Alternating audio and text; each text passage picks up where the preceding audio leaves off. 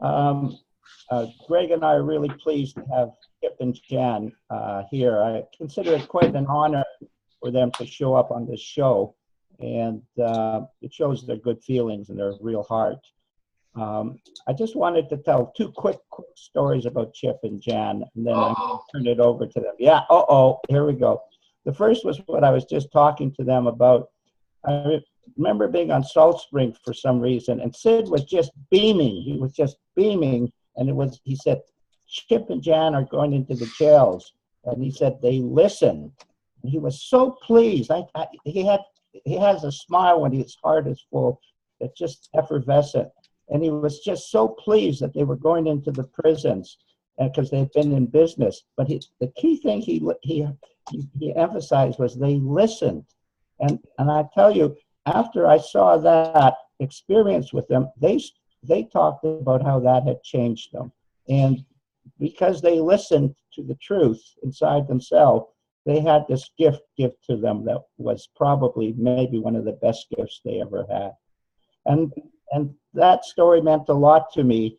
And the second was that when Sid was going to move to the other side in the last year, he specially mentored Chip and Jan and Elsie to maintain the purity of the principles. He really he wanted it to get bigger, but he wanted the purity of the principles, and he mentored them to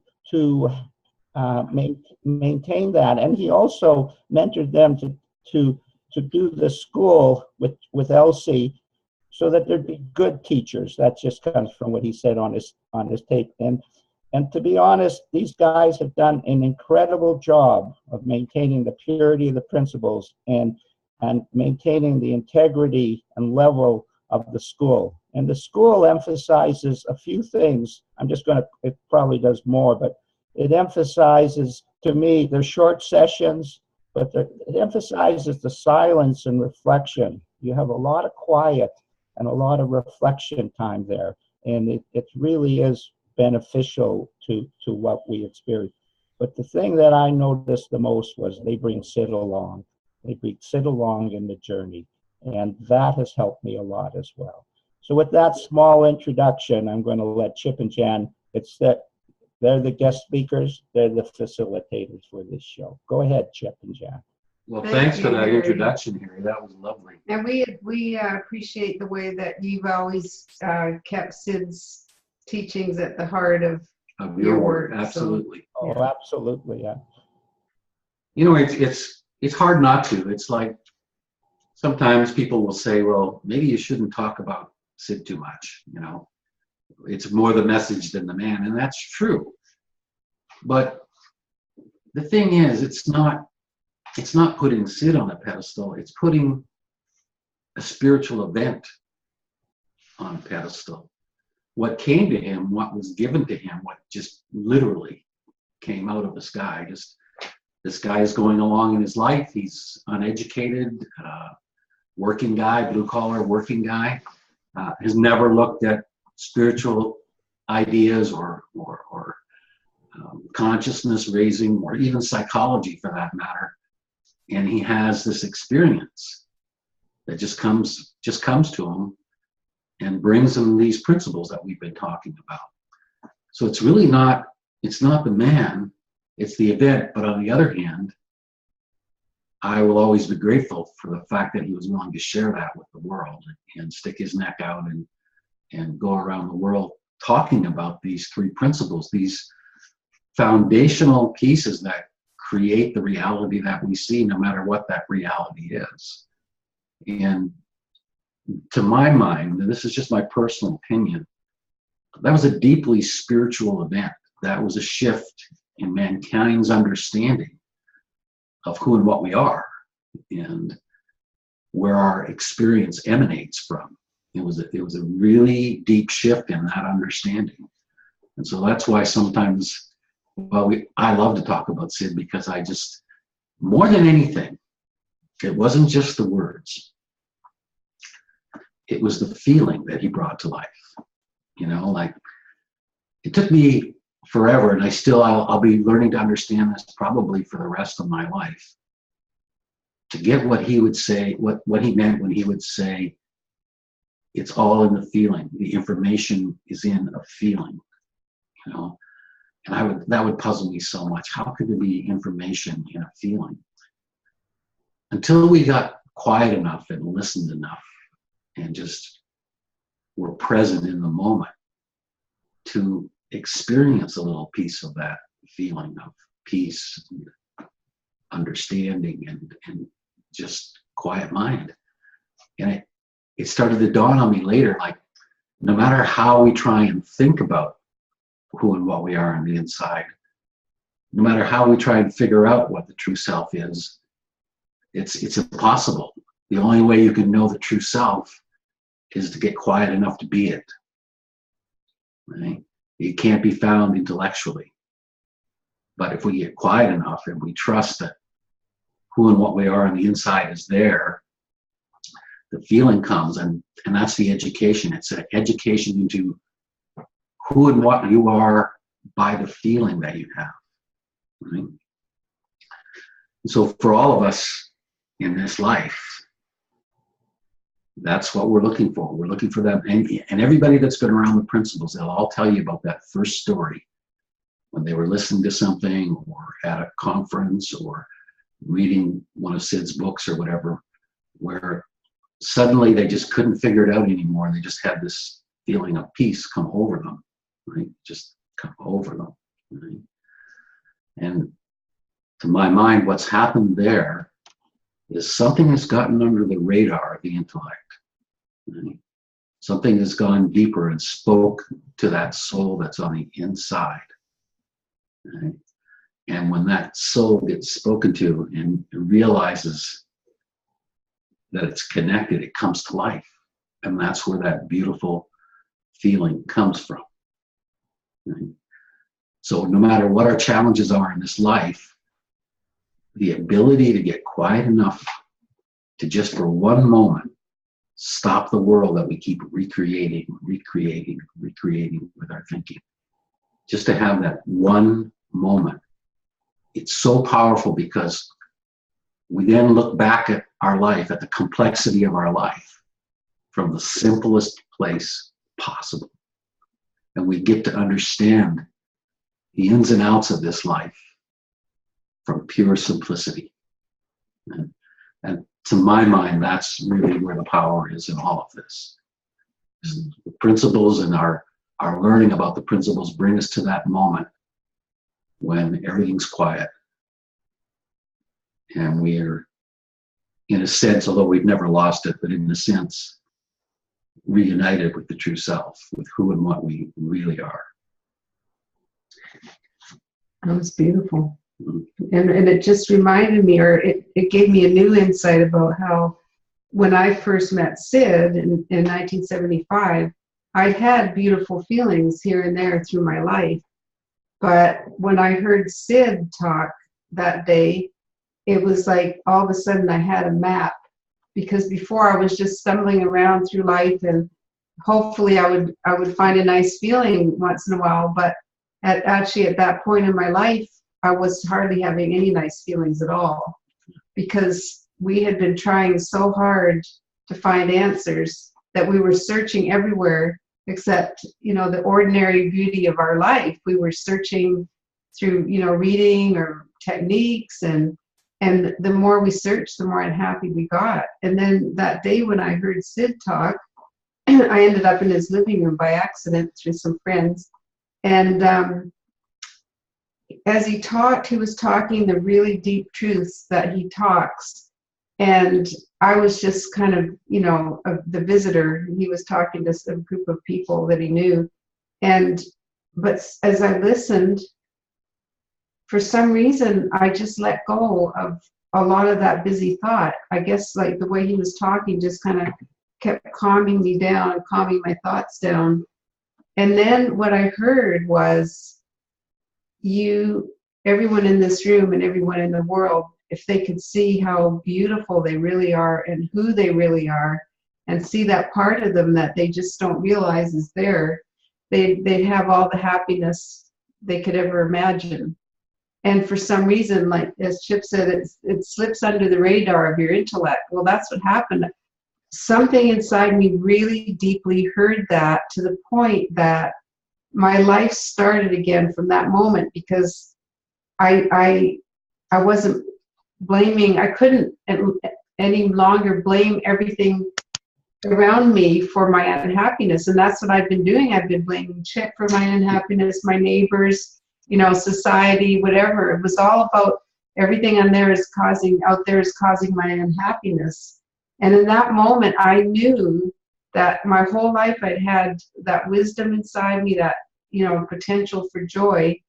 And it had been there all along, and it always would be there, because that's what I heard Sid say, like, that's who you are. And I heard him say those words, but what it brought to me was that that's what the wise people have always tried to tell us, is that don't look at me for wisdom, look in yourself. And in that moment, I heard it, and I thought, this wisdom looks like it's coming from Sid, but it's not. It's coming from me, and it's always been in me, and it always will be. And so that was the change for me. And so now, I mean, from that moment, instead of just kind of bumbling along, finding happiness here and there, I knew the source of happiness. Yeah. Yeah, and Jan brought it home and tried to share it with me, and I wouldn't have anything to do with it at the beginning. It was too simple. It was like, where's the technique? Where's the model? Where are the things I need to do to get this feeling that Jan had? And throughout our career in this last 40 years, it just gets proven over and over and over again that when somebody finally has that moment when their mind is quiet and they're at peace and that feeling comes to them, the scene that is what's observed from that feeling, from that place, is wisdom. You know, you see from that simplicity. And for many years, even after meeting Sid, I thought there has to be a more complicated way to talk about it. There must be more to be said about this and that, and about relationships, addiction, so on and so forth. But through the years, we keep coming back to that moment where somebody has that shift. And it's related to listening. It is, because one thing I know for sure is that you can't truly listen and think at the same time. It's not possible. You know, they're mutually exclusive. And so when people get quiet enough that they're really listening, it's the portal that takes them to that quiet place. It's the portal that takes them home. And we've gotten to see so much through the years. And I'll throw this in, and then I think it'll be time to just enjoy this group. But my father was a violent alcoholic for most of his life, right? He wasn't a bad guy when the few times I would see him sober, but he was a violent alcoholic. And he had it bad. I mean, he lived on the streets at times. He just would do absolutely anything. And in a 5-minute conversation, when he thought he was dying, first time he thought he was dying, my father had an insight into his psychological innocence. He literally saw that he had been living in a world that had been handed to him. He saw that he didn't know there was a world outside of that world. And he saw that he was innocent. So he forgave himself. After all of those years, he forgave himself. And he lived his last 7 years as a totally happy person. Without the alcohol, he just stopped drinking, And so through the years, when we've watched people change and we've seen people have that moment when they have that moment of clarity where they're really in touch with who and what they are on the inside, we see all this amazing change. But the change in my father was really critical for me, because I wouldn't have bet a penny on it. I wouldn't have wasted a cent on a bet that change would occur, but it did. And it happened for the same reasons it happened for all of us.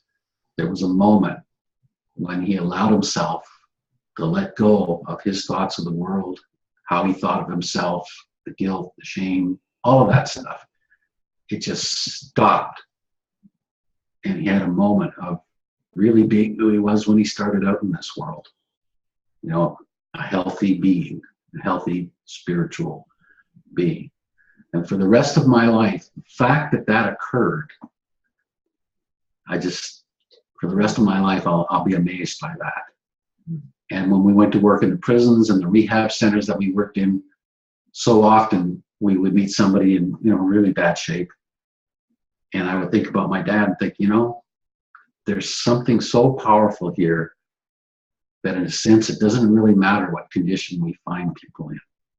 I know that true self is in there. I know it is. So, I mean, that's our story and we're sticking to it. And I've got to say, what comes back to me in all those years in Florida where we worked with so many people who were suffering with addiction problems, or, you know, and that the quickness of it, you know, like walking into a room where people were just all really hopeless and unhappy and tortured, you know, mentally, and watch them change so quickly, but like within minutes, you know, people would, when they realized that we weren't there looking at any of their faults, we were there just in a beautiful feeling of love, and we would say right away, you know, share our story. So we know that, you know, all of you in this room are the same. Like, you are who you are is really, really this beautiful essence.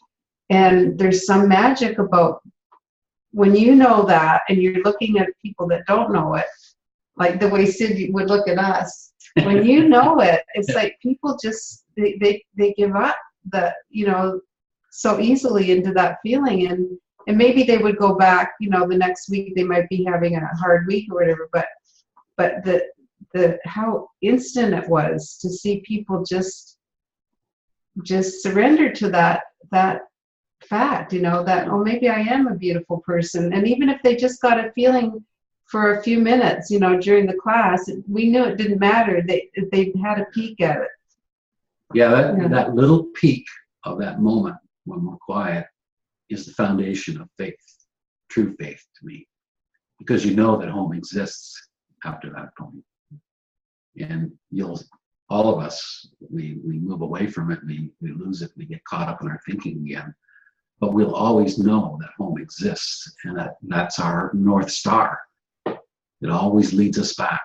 Once you've just had a taste of that feeling of the true self, of who and what you are, that's the biggest thing of all of this in terms of the principles, is that little glimpse. And it doesn't really matter how small it is. You know? It really doesn't matter. You have a sense of where home is. So. That is absolutely wonderful. Thank you, guys. Now, I know there's no way to guarantee that experience will happen, but what would you say would make it more likely for that experience to happen? Does that make sense? Oh yeah. You know, do you mean like for somebody who's never ever heard of the? Yeah, for somebody who hasn't touched that home space yet, and they desperately want to, and I know that them mentally trying to is actually keeping them from doing it. So I know that there's not a way to say, yes, this is how you do it, but in your experience, what is something that makes it more likely that it's going to happen, that's more easily happening for people, I guess? You know, I think, Greg, it really comes back to listening. You know, if anybody finds a book or a CD or a DVD that points in that direction and they just listen, the listening itself is most of the journey, the ability to listen. And I'm the same as everybody else. I mean, I have my days when I put on a tape or I'm reading a book and I'm looking across the room thinking I should put some new strings on my guitar, you know, or I should fix the fireplace up, or I wonder what Jan wants to do. And then I go, you know, but as we just settle in and we listen and we let that stuff just move away, I think eventually I haven't met anybody who wanted to keep listening at a deeper level, just listening, who hasn't had that experience. Obviously it comes, you can't make it come, you can't manufacture it, and some people it takes a while. But if you're looking in that direction, I'm positive that you get rewarded eventually. And it's also a matter of what not to do. Oh yeah. I know now what not to do a lot more than back then, you know, when I was so unhappy and with, you know, our marriage and being a mother, I was, you know, feeling always so insecure.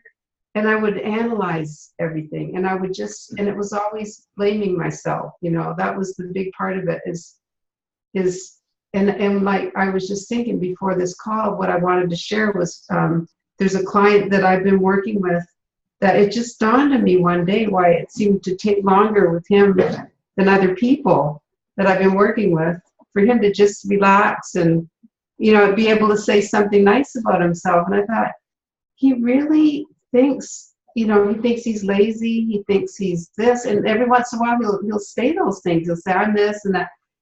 And that's the thing is to stop believing in our own negative PR and just do something that takes your mind off yourself. You know, like for a lot of people, it's just like go for a walk or something, or just know somewhere that when you're seeing something negative about yourself or anyone else, it's false. It's fake news. It's fake news.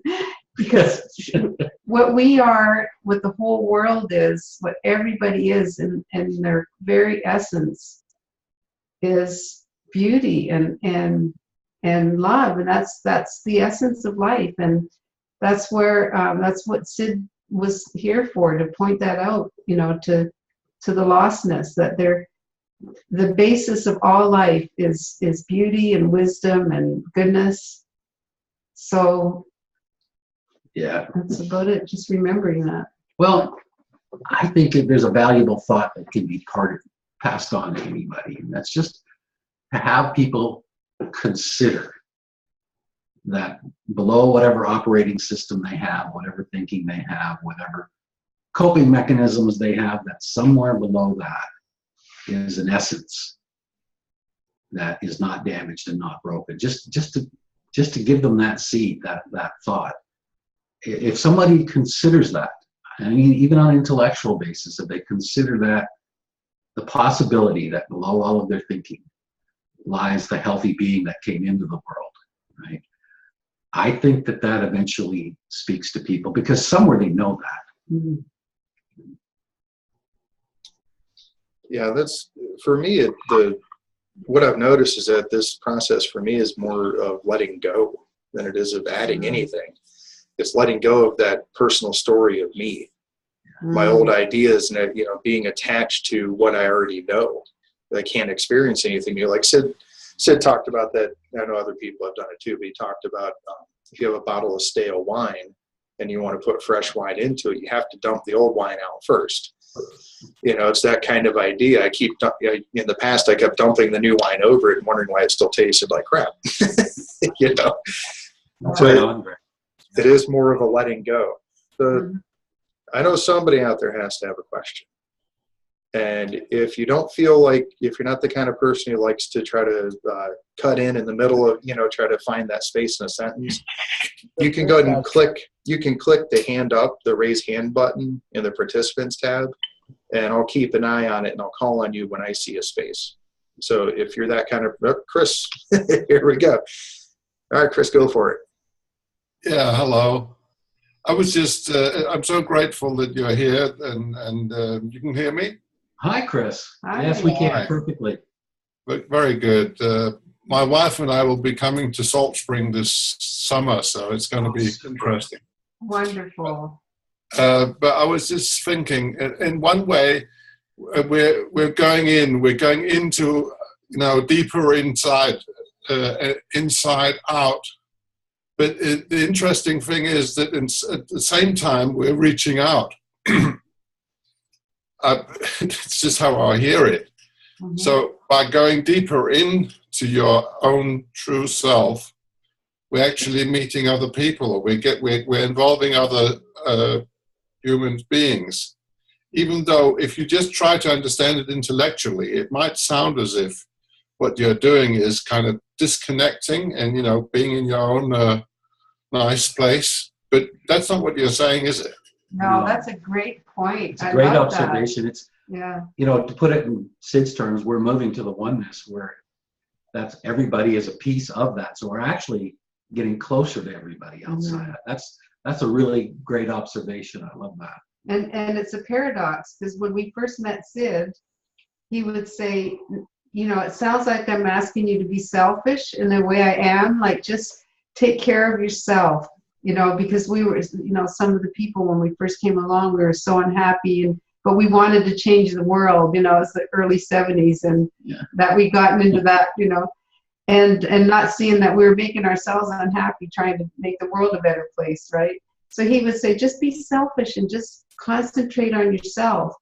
And so that's the paradox. When we started to do that, all of a sudden we were really helping other people, like in the true sense, you know, because we were living in a more beautiful place, like mentally, and our lives got nicer, and we became like what you would want people to be in society, like happy and healthy. And yeah, and I mean, it's a paradox, and yet you can see the common sense of it, because when you go inside and you get quiet and you let go of all of the coping mechanisms and drivers, and you're just there, when you come back into the world, or you go out into the world, let's put it that way, the world sees a different person. You know, the world interacts differently with you because you're different. You know. Can I add something to that? Oh, please. Because it's like if you want to have a relationship to someone and you're pushy, they push back. Exactly. If you just are yourself, if you're just relaxing into yourself, people start having a relationship to you. Yeah, that's right on. Yeah. So it's because, you know, the more we try, the less it works. Right.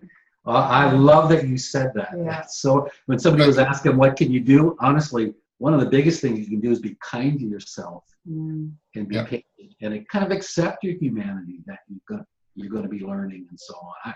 I love that you said that. That was very cool. Thank you.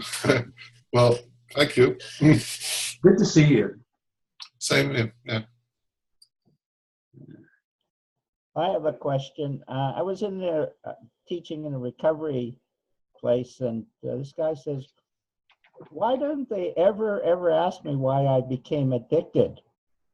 And I actually thought it was a pretty good question. So I'm asking you what he asked me. You know, it is a good question, but I think there are layers of answers to it. I mean, if I look at my own case, you know, I mean, it's from a Freudian perspective, it's pretty clear that if you grow up in an abusive environment, you become scared of the world. You feel like, you know, unloved and unappreciated by your dad, whatever. You can just see how that could be a precursor to finding some way to relieve the pain from that, right? And I think, I mean, I've said this before, I really think that every addict or alcoholic that reaches for a drink or a fix is actually looking for the same feeling that we're talking about here. Oh, for sure, absolutely. They're looking for peace. No doubt about it. Yeah, they're actually looking for that peace. So I think everybody, in a sense, starts in the same way, as the absence of that lovely feeling of peace and feeling just good about yourself. And so it may take the outward things, like what happened to my family, may be different to the next person who falls into addiction. They may have another set of drivers or whatever. But for me, when I look at addiction, I feel like it always starts with an innocent level of insecurity and a search to relieve that insecurity, right? And, you know, it's kind of a good news and bad news thing. The bad news is there really isn't a whole bunch of things back in your past that you can undo and look at and manipulate and change, you know, and that's the bad news. I mean, you could try and sort that out for the rest of your life, and to my mind, it would never be sorted out. The good news is you don't have to, right? The good news is, as Sid used to say, you can jump the swamp. You can, through just listening to that wisdom, to that knowledge, and giving yourself that kindness of just listening, you can jump it all. You can have that feeling right away. Now, it's not, I love this question, because it's not that that stuff, that the causal stuff, doesn't get sorted out. But it doesn't get sorted out by trying to sort it out. It gets sorted out by getting quiet enough to see it from a totally different place, right? And understand. Lately I've really loved the word understanding, right? It's just that, like what happened to my father is in a moment, he understood how he had created the world that he lived in for his whole life. That's true for everybody on this call who's had that moment, is that moment of understanding, right? And you look back from that moment, and all that stuff that you want to sort out, you see it for what it is, you know? And you most particularly see that it's only alive today in memory. That we're tilting at windmills. We're fighting, all of us are fighting battles that don't need to be fought. And I remember when I first met Sid, I honestly thought that it would help me to let him know, once I had that experience and got that beautiful feeling, and I went home, my life was so much more beautiful, but part of me was still wanting him to know my problems and how I could fix them. And he wouldn't be interested in our problems. And it took me a while to see why. But all he would talk about is, all that there really is now.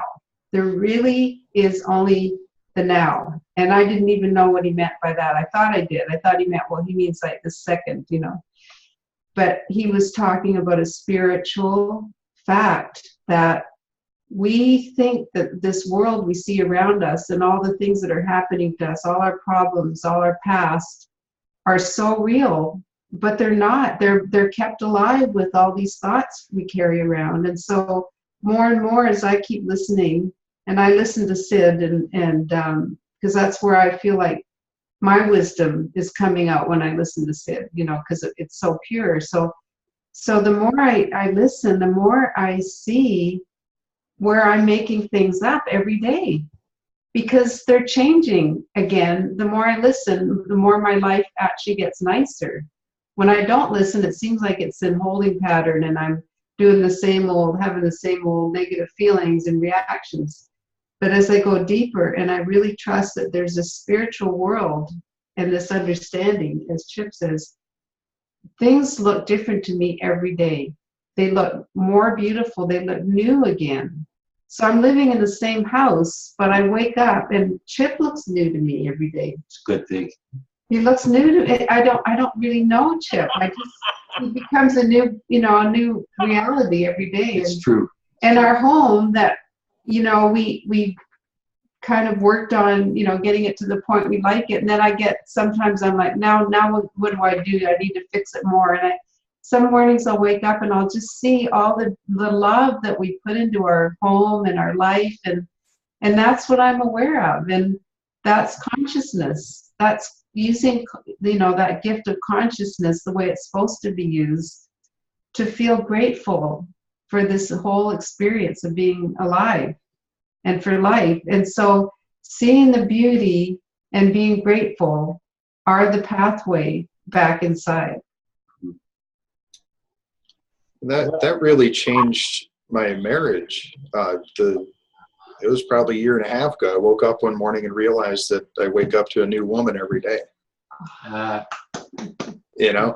it's completely changed our marriage. And we were 2 years ago when we came across the principles, we were on the verge of divorce. And it was only because we didn't know how to communicate with each other.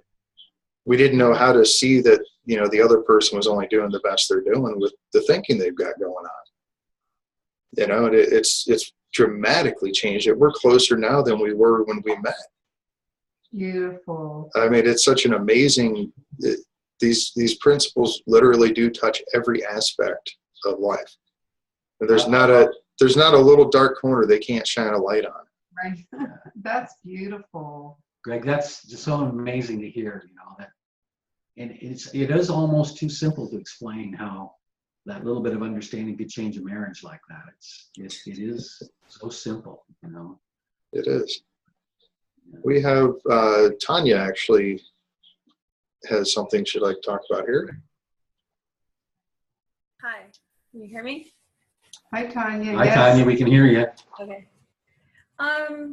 So I was messaging Greg a little bit yesterday, I think it was, just with some, I guess it's an insight as to the workings of self in terms of before my biggest, struggle, I guess you could say, would be, I was just always afraid of everything, mostly of feeling, and I was in constant fear and just afraid of everything, including myself. And what has been happening for me is I'm less afraid, and I'm more, my biggest struggle before too was relationships, and being in a relationship, and the biggest fear of like it not working and the person leaving me, or those kinds of like consuming awful feelings. And what's happening for me is that stuff is way less, and I'm seeing more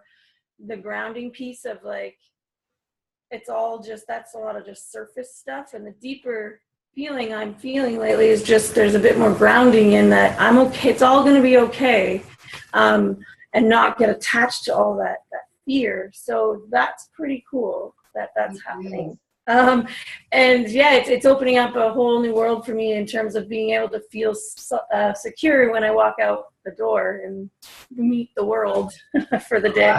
Fabulous. I'm just resonating with whatever you're saying. I can feel it. Like the way you're sharing this, the feeling is coming through.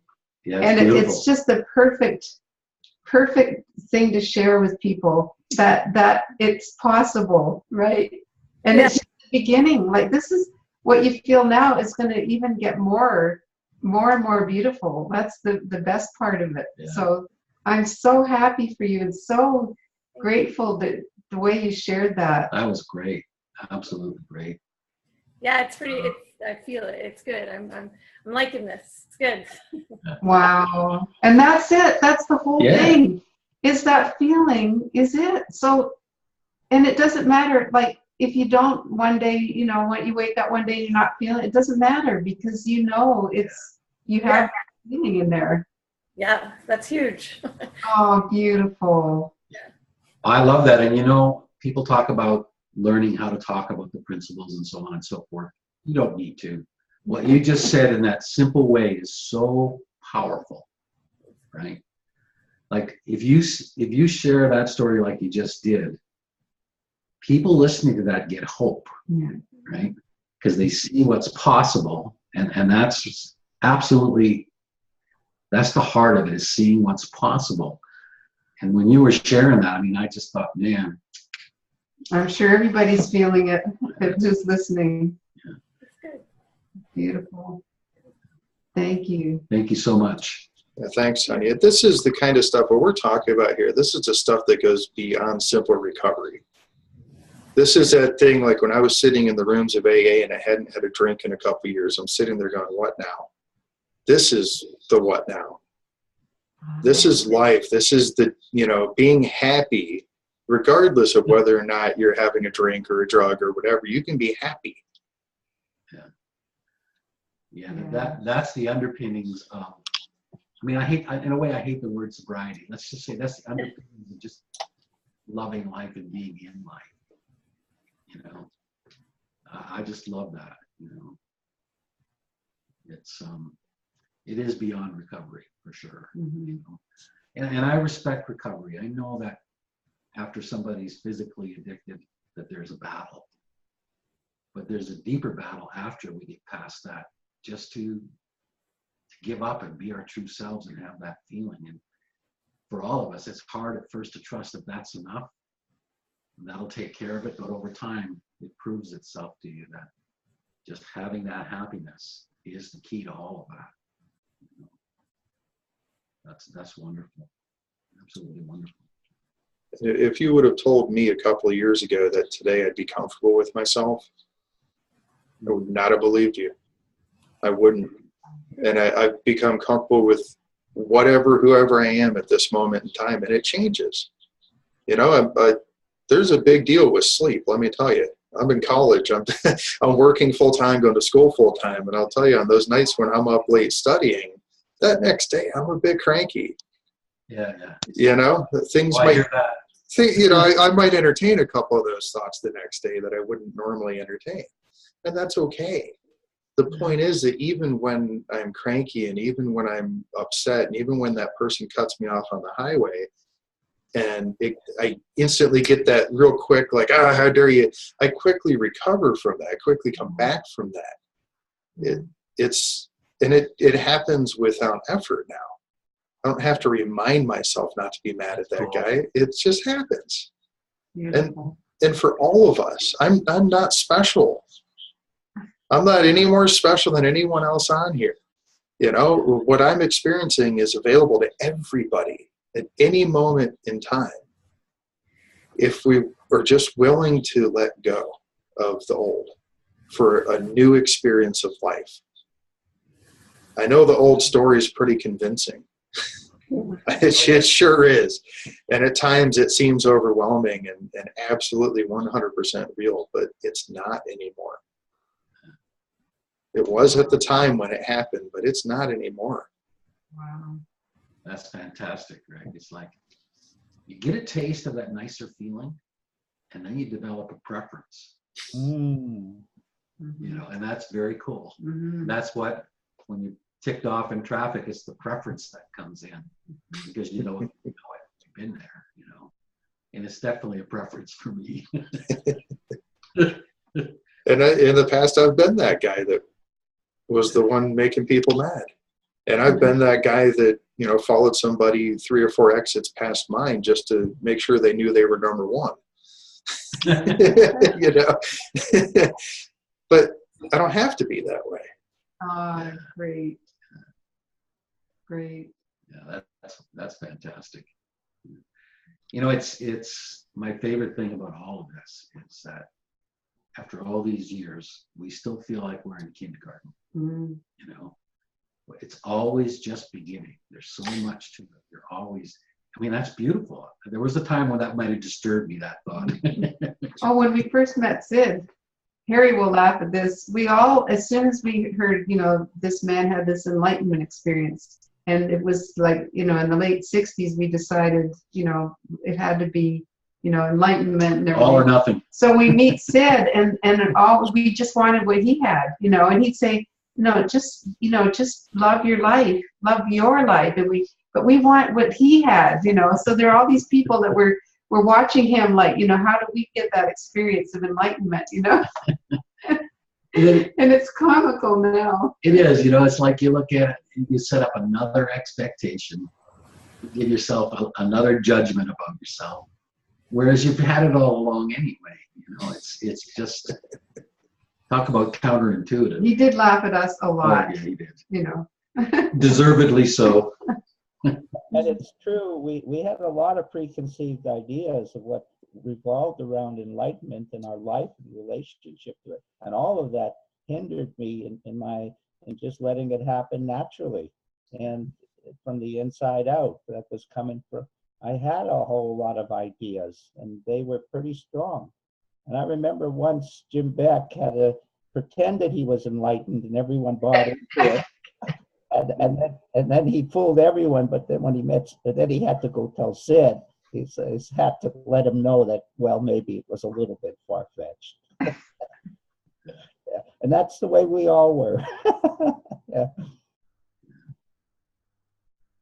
Yeah, when he said be ordinary, just go home and be ordinary at the very beginning, I went, oh, you know, I wanted to be important. I wanted to be special, right? And that was like a disappointment to hear that. I honestly, I'm looking back, this is the very beginning. And so I say, okay, I'm going to go home and just be ordinary, going to just cook dinner, you know, breakfast, lunch, dinner, have the, you know, do stuff with the family. And I look back now and I thought, just all the love and joy I would have missed if I hadn't just paid attention and just realized, yeah, it is in the ordinary. Yeah. Where else could it be? Where else would you want to be in the beautiful feeling in the now, you know. So now I'm so grateful, but back then it was like, oh dear. Having to be ordinary. And that's why I missed it, was because I didn't hear that. I heard it was in the extraordinary. And because I was always trying to be in there instead of just being myself in the ordinary, for years I walked by it. Even though I was still inside, had a feeling about it, it forced me out of myself. And it wasn't until I gave up that idea and started to hear what Chipman and Jan are talking about, that I started to hear, yes, it did say it was in the ordinary. And that's really when I started to live it rather than pretend to live it. And it wasn't as much fun pretending as it is to live it. Gee, that's neat, Harry. That's really, really neat. But you always had the courage to keep sticking your nose back in. So, you know, we all have our ups and downs and our ways of growing. But as long as you keep coming back to it, I couldn't not come back to it. I really had no choice in that. That was the overriding feeling inside of me my whole life after I met Sid. Even though I had a lot of ideas about what that revolved around it. They were stupid ideas, I agree with that. But the overriding influence was the original experience was just too powerful. And you mentioned the word preference. I love that. I had a preference for that too. Maybe I didn't know where it was, but I knew where it resonated. So that was enough for me. And I've always been about the good feeling. So that was always my bottom line experience. And I'd love to point out to people along the lines of what you're just talking about with the ordinary and everything. What we're talking about really is the ordinary. We've just kind of trained ourselves or been trained to believe that all this outside stuff is the ordinary. And when you're first getting into recovery and you find yourself falling back into some of those old patterns and those old habits, and maybe you take a drink and maybe you have a drug, don't beat yourself up over it. Be gentle with yourself. It really doesn't mean anything except you went back to what you've always been doing. That's it. There's nothing more to it. The important thing is, like you guys were just saying, get back on the path. Get back to that center as best as you can. Right. And what you'll find over time is that it will just start happening more naturally. And those times that you slip, or whatever word you want to use for that, those times that you go back to your old patterns won't happen as often, as long as you don't give them any credit. They just happen. Let them go, get back on the new path and move on. It doesn't mean anything. It doesn't mean you're a failure. It doesn't mean you have to start over. It just means you're human like anybody else. That's all. Wow. That's so beautiful, Greg. It really Thank you is. for sharing that. So beautiful. And the whole thing about being ordinary is so valuable in the sense that, actually, when Sid first talked about it, it was bothersome. But I do remember a part of it too was be ordinary in the sense of the principles too. Like, thinking about the principles is fine, but living your life from that beautiful place and just seeing life from there is really, it's even more important than thinking about it. Now, I'll never forget this. I think Harry might even have been at this. We were over at Sid's, this is in the early days, maybe a year or two after he had his experience. And we were over at Sid's for a barbecue. And Sid was flipping burgers. And a bunch of us were talking, and we were just going on and on about my thought needing to do this. I had this thought, and, going on and on and on about thought, and then talking about the principles, and the conversation was going round and round, and out of nowhere, Sid goes, "Quit talking about that stuff." And we went, "Whoa, what do you mean? It's like the most important thing, it's, and it was." But he softened up and he said, "Look, make sure there's times when you're just living, with your kids, with your wife, you walk the dog, and you're not thinking about all of this." He said, those are the times when you're going to find out what you've really learned. Right? And that was so helpful to us. Like, we love when we get together like this and talk about it. But we also have learned as best we can to just live, you know. Some of our young clients that we have now that we see on Skype, honestly, they spend hours and hours and hours looking at 3 principles stuff online, which is cool.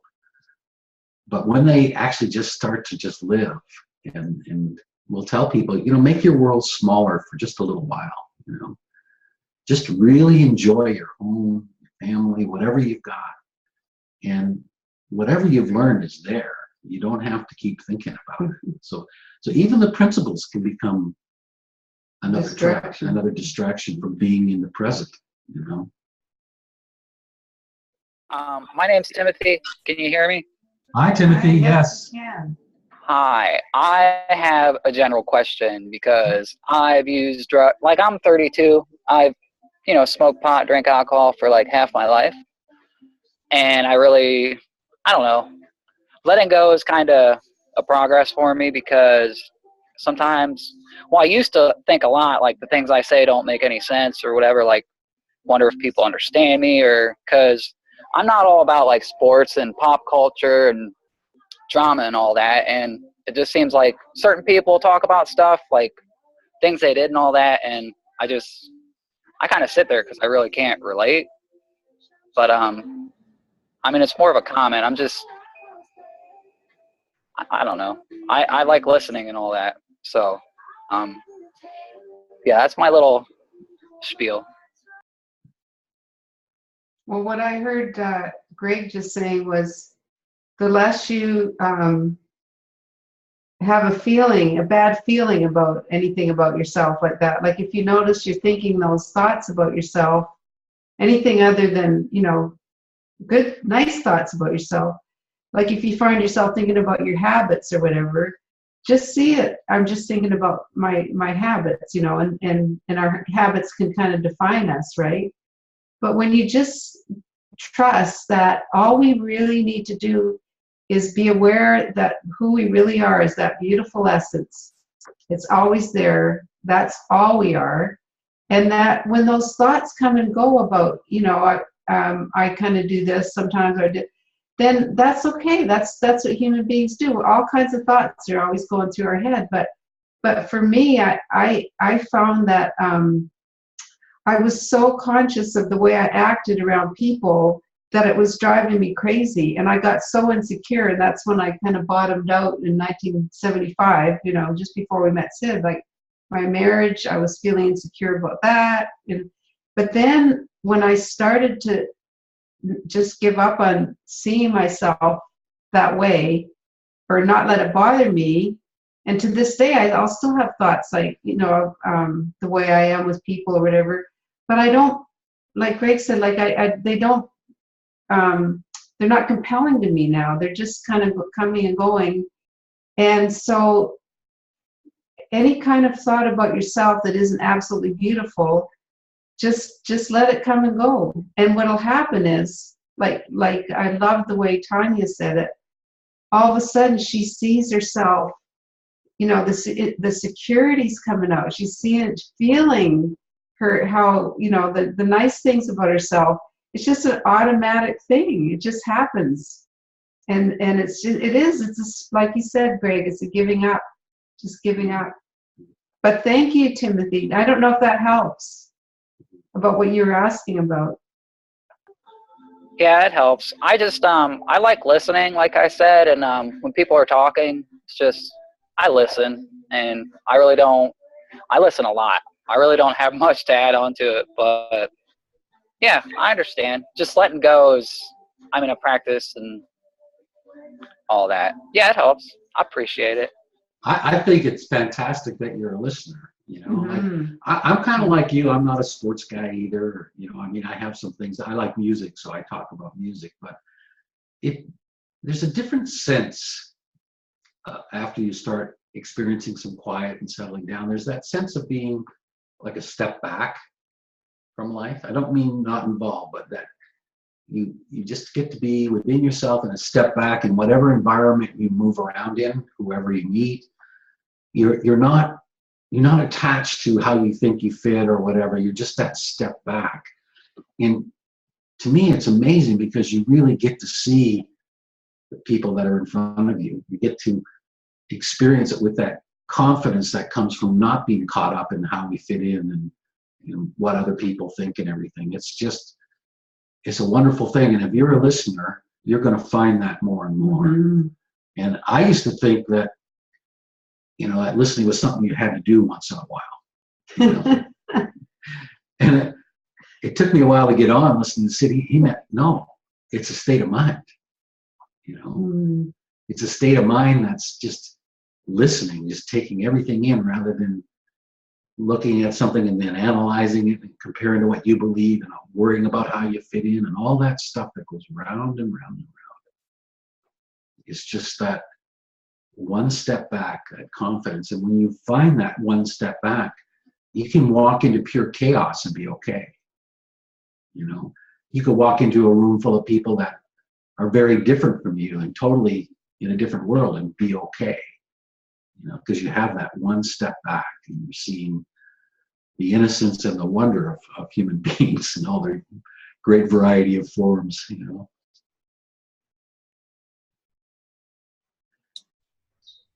That's awesome. We have Bob and Marty have their hand up. Go ahead, I've unmuted you. Hi, Chip and Jan. It's good to see you again. Hi, good to see you too. Yeah.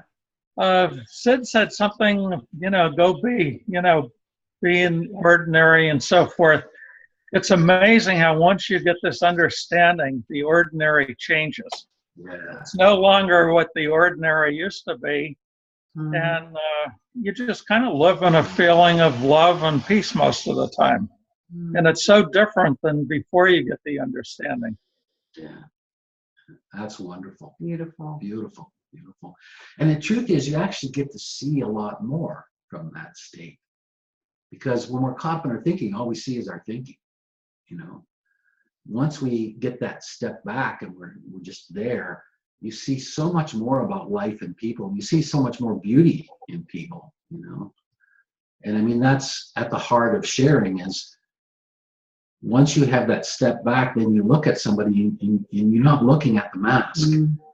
And you don't address the mask, the presentation. You talk to the soul behind the mask because that's where you are, And that's when I was listening to Greg earlier, I was having that feeling that's what he sees. He's talking here. I know Harry does that too. He's talking to the person behind the story, And the beauty of that is you pretty much have to be there to really do that.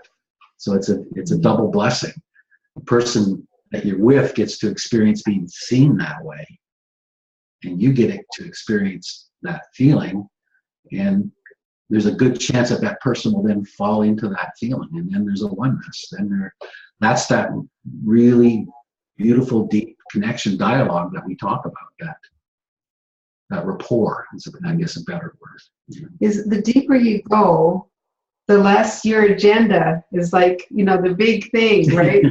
Because that happens with us. Like sometimes our old habits as a couple, I'll think, I want this to go a certain way, and this is going to be my part, and then I'll just like a light will come on. I'm thinking, wow, I'm making this all about me, and just all of a sudden my eyes open and I just see without what I'm going to get out of it. You know what I mean? There's so we hear a lot with relationships, because we do a lot of talks when people want to know about healthy relationships, and people will say about getting your needs met, and it just dawned on me, just letting go of thinking that your needs aren't already met, in yourself, like, and not wanting other people to fulfill your needs. Like that's a huge freedom when you don't need other people to fulfill your needs. I think that's the definition of freedom. Yeah. Just for some perspective, I like to share a little business story. Let me just take a moment.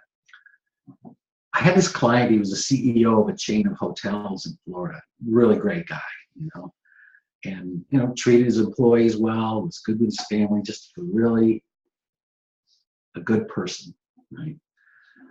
And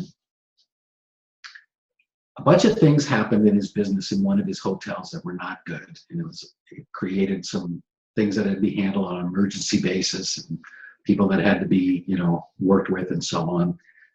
And I'll call him Jim. Jim was really, really caught up in it. And also he had a bit of a feeling that I've treated these people so well, how could they do these things, right? He was back into feeling resentful about it. And the more he dug, the more he realized that a lot of negativity had been created between certain departments and groups, and he was really disappointed about it.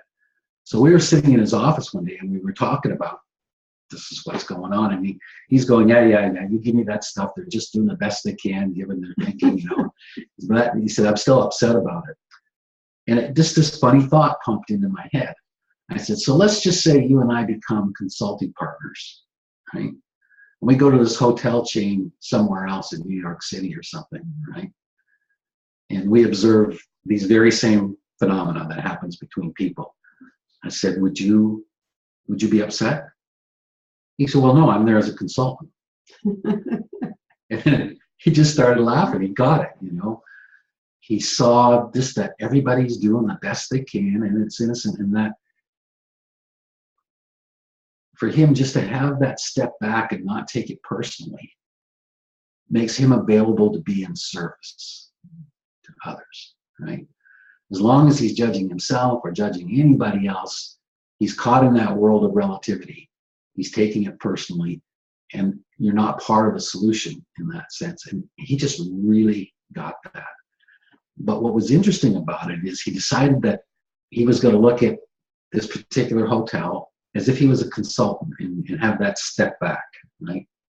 And he did a wonderful thing, got things really straightened up in no time. It was really fun to watch. But what really hit him was he saw what I would call the reset button. He saw that when you get a step back and you let go to hanging on to anything that you're judging or being upset with, including yourself, you get to see again from that clarity, well, what he really saw was his family. His relationship with his wife, his kids. And he realized that the reset button's available for absolutely everything. And the reset button is just turning it off and getting quiet and being a step back. Right? So, that seems like an odd, parable, but I love it. That idea that we can be one step back, that we can just live in that feeling, and nothing can hurt us from there. In fact, it's the total opposite of what we think. When we're one step back, we see with clarity, we act with clarity. We operate from home. If I feel blessed about anything in this life, is that ability to be that one step back, no matter what environment you're in. And as I listen to the questions here today, I hear people that are really beginning to see that. It's marvelous. It's fantastic. There really is. Thank you both so much for showing up. But did anybody else have any questions? Oh, Catherine has her hand up. Go ahead, Catherine. You're unmuted. Oh, thank you. It's been really great being here. Hi, Chip. Hi, Jan. Hi. Good to see you. I met you last June at Salt Spring, and I'll see you again there this June. And Chris, I'm going to meet you too, so I'll have to get that out of the way. I'm really excited for it. Super. Yeah. This has been really wonderful. Chip, I heard you talking on a video about another story where you met a gentleman a long time ago in a restroom when you were walking in Stanley Park. Yeah. And I work in a facility where people who are at risk of being homeless are dealing with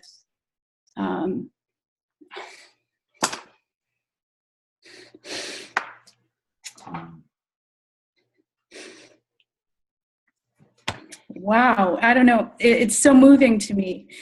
My whole relationship with the clients that I work with has shifted and changed so much as my understanding about who I am and what my essence is, that it's just so beautiful. I just am so moved by it. I used to really hate my job and was trying to find a way out of it. And now I love it. I work at a facility with clients who are at risk of being homeless due to mental illness and addiction. And as I've come out of addiction myself, the way that that's fallen away from my life has been really transformative.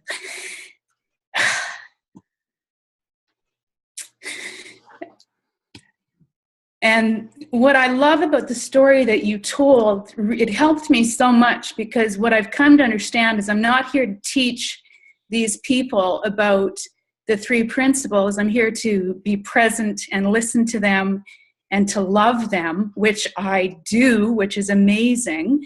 It used to be so hard when I worked in the mental health field and was focusing, as we do, on what's wrong and what happened in the past and how much there is to fix about ourselves and other people. And I know without a doubt that what I'm finding within myself that's whole and complete, and that it's in these folks there's just no shadow of a doubt. And so everything that we're talking about, when I show up every morning, I'm meeting, new people every single morning,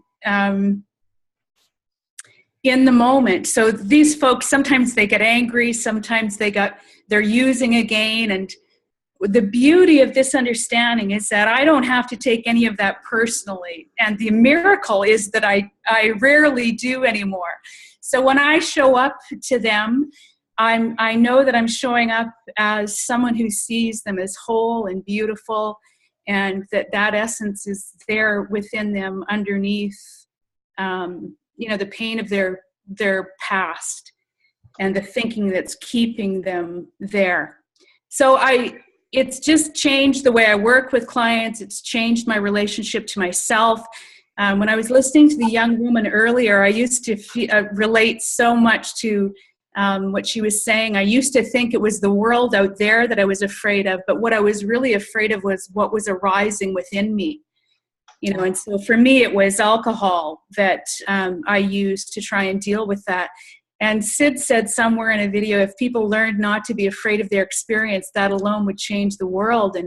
And this understanding has changed my experience of my own life in that way, in that I know where my feelings are coming from. And so I'm not afraid of the world outside of me anymore. I can show up and be myself without having to use something to try and mitigate those uncomfortable feelings that were coming from my own insecure thinking.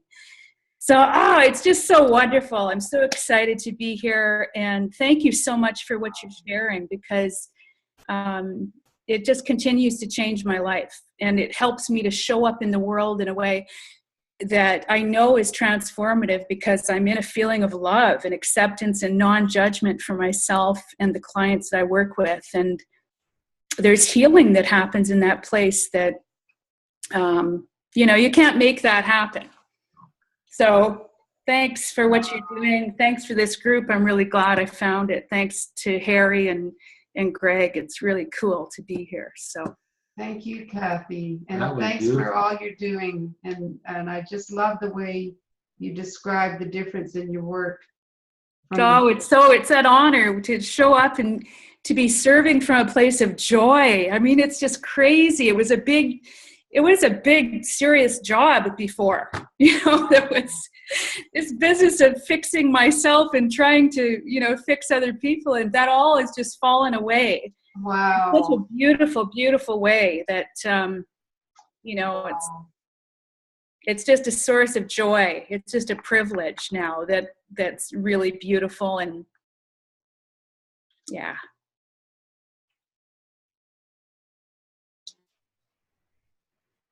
That's just amazing.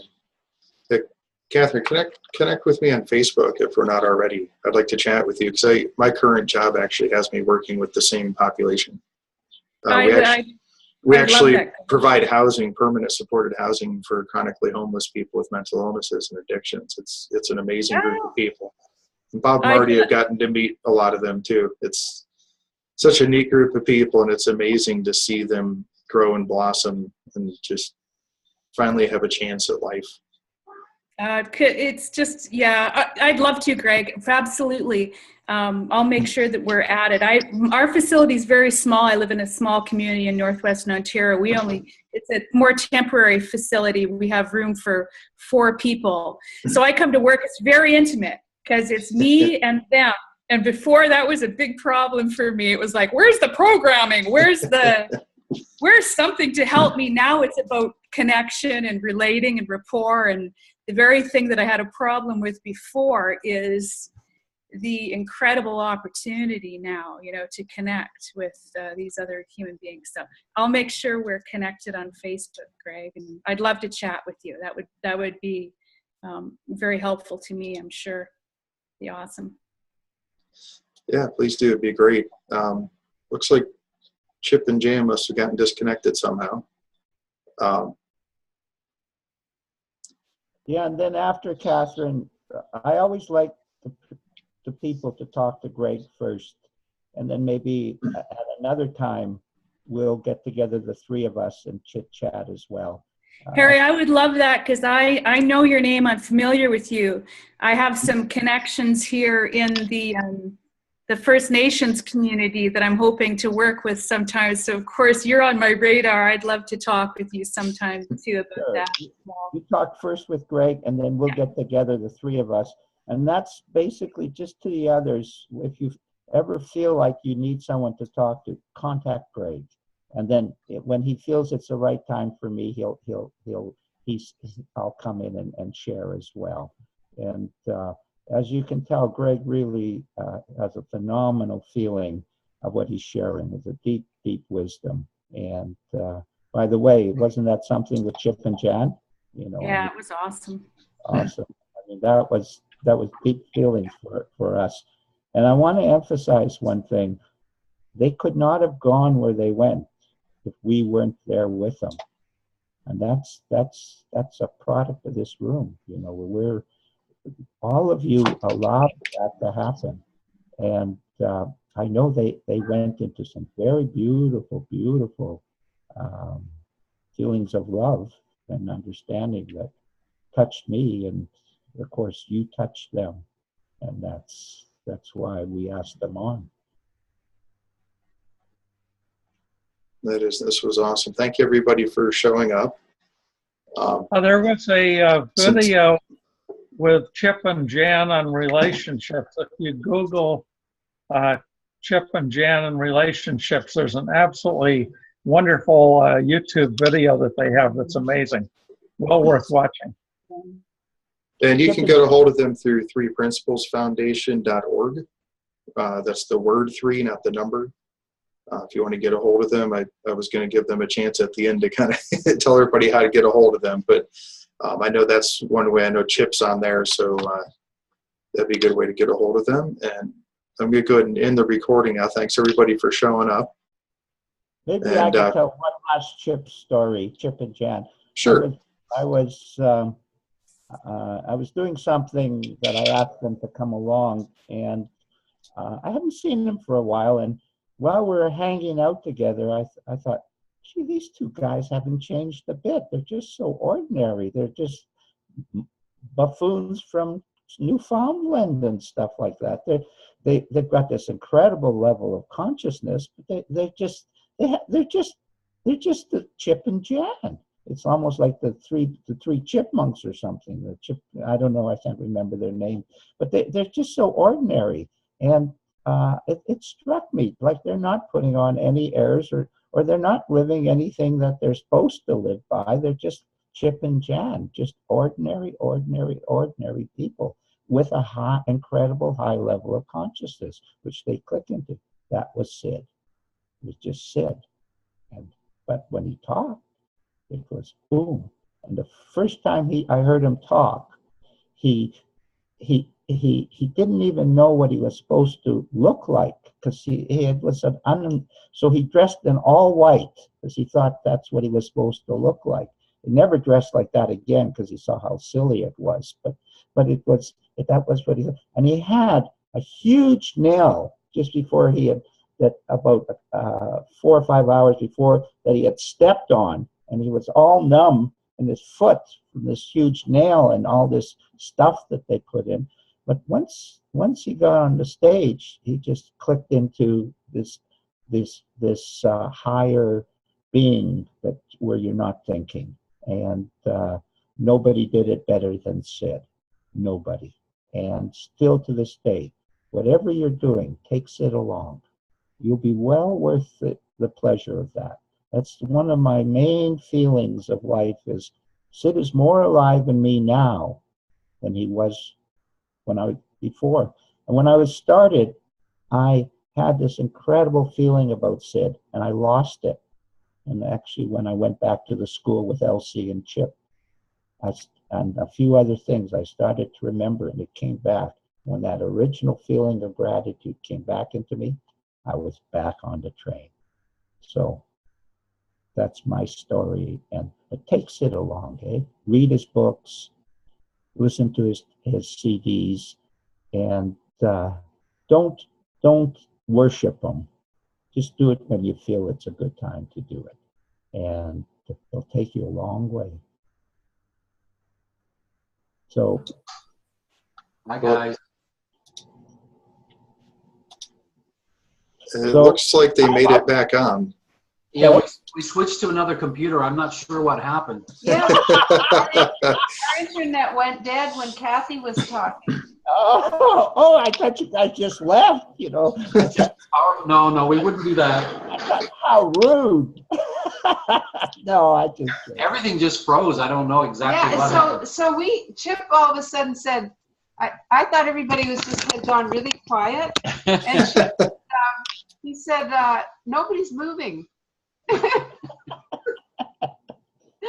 So it only went out on one computer. So anyway, here we are.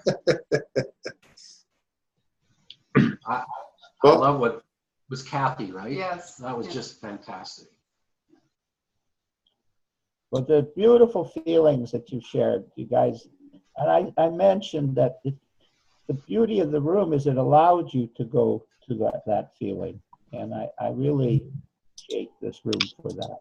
I mean, you guys touched such beautiful, beautiful feeling, but I felt like people were with you, and that's very touching to my heart. Well, I heard so much wisdom and beautiful feeling coming out of everybody. It was just amazing. Absolutely. Yeah. Very moving for me, definitely. Yeah. That's why we try to keep this more as a conversation than as an expert presenting a topic. There's more of a connection that way, I feel. Definitely want to thank you guys so much for showing up and then showing up again. I'm just so glad we did reconnect, because I would have been ashamed to just drop out of, like that and not get to say goodbye and thank you. And thank you all very much. Yeah, would you like to wrap it up and kind of let people know how to get a hold of you if they'd like to? Sure. My email is chip@vantage, VANTAGE, consult, all one word, chip@vantageconsult.com.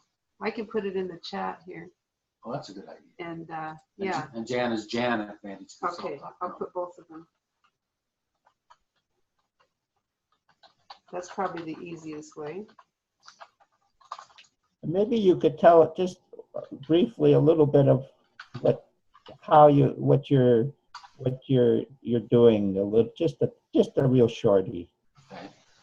Well, we have speaking engagements a few times a year. We get to work over in Europe and stuff, but mostly our work here is on Skype. We have clients that decide they want to work with us, and we see them for an hour at a time. And it's such a treat to be able to work on Salt Spring that way and like these kinds of forums. But our one-on-one work takes place mostly in Skype, sometimes Zoom, because a lot of our European clients like Zoom. Retreats once in a while. We do retreats. We have a webinar going right now on relationships that's going to culminate in a retreat in London in a couple of months. So we're looking forward to that. So we're just kind of enjoying life and definitely enjoying all the people that we get to talk to and work with.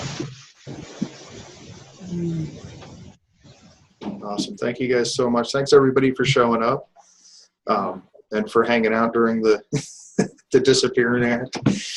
So yeah, we'll be back next week. Same bat time, same bat place. So love you all, and we'll see you all then.